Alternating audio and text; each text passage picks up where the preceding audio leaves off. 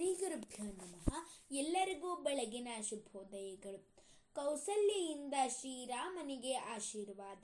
ಯನ್ಮಂಗಳಂ ಸಹಸ್ರಾಕ್ಷೇ ಸರ್ವದೇವಾ ನಮಸ್ಕೃತೆ ರುದ್ರನಾಶೇ ಸಮಭವತ್ತತ್ತೆ ಭವತು ಮಂಗಳಂ. ಋಷಯಃ ಸಾಗರಾದ್ವೀಪಾ ವೇದಾಲೋಕಾದಿಶಶ್ಚತೆ ಮಂಗಳಾನಿ ಮಹಾಬಾಹೋ ದಿಶಂತು ಶುಭಮಂಗಳಂ. ಕೌಸಲ್ಯೆಯು ಶ್ರೀರಾಮಚಂದ್ರನಿಗೆ ಮಾಡಿದ ಮಂಗಳಾಶಂಸನೆಗಳು. ವೃತ್ರಾಸುರನನ್ನು ಸಂಹಾರ ಮಾಡುವುದಕ್ಕೆ ಹೊರಟಾಗ ದೇವೇಂದ್ರನಿಗೆ ದೇವತೆಗಳು ಮಾಡಿದ ಮಂಗಳವೇ, ಎಲೈ ರಾಮನೇ, ನಿನಗೂ ಉಂಟಾಗಲಿ. ಋಷಿಗಳು, ಸಾಗರಗಳು, ದ್ವೀಪಗಳು, ವೇದಗಳು, ಲೋಕಗಳು, ದಿಕ್ಕುಗಳು ಎಲ್ಲರೂ ಒಟ್ಟಾಗಿ ಸೇರಿಕೊಂಡು ನನಗೆ ಶುಭಮಂಗಳವನ್ನು ಕೋರಲಿ.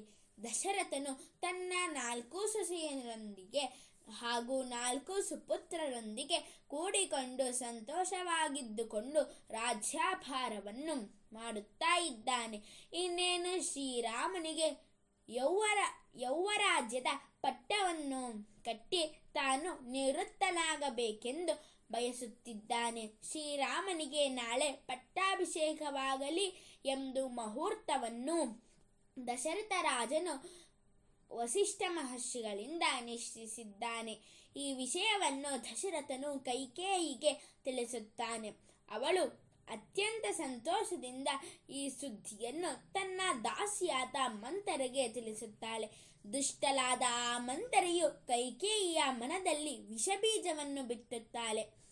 ಆಗ ಕೈಕೇಯಿಯು ಶ್ರೀರಾಮನು 14 ವರ್ಷಗಳ ಕಾಲ ಅರಣ್ಯವಾಸವನ್ನು ಮಾಡಬೇಕೆಂದು ಅದೇ ಮುಹೂರ್ತದಲ್ಲಿ ತನ್ನ ಮಗನಾದ ಭರತನಿಗೆ ಪಟ್ಟಾಭಿಷೇಕವಾಗಬೇಕೆಂದು ಹಠ ಹಿಡಿದು ವರವನ್ನು ಬೇಡುತ್ತಾಳೆ. ಅದರಂತೆ ಶ್ರೀರಾಮಚಂದ್ರನು ಅರಣ್ಯಕ್ಕೆ ಹೊರಡಲು ಸಿದ್ಧನಾಗುತ್ತಾನೆ.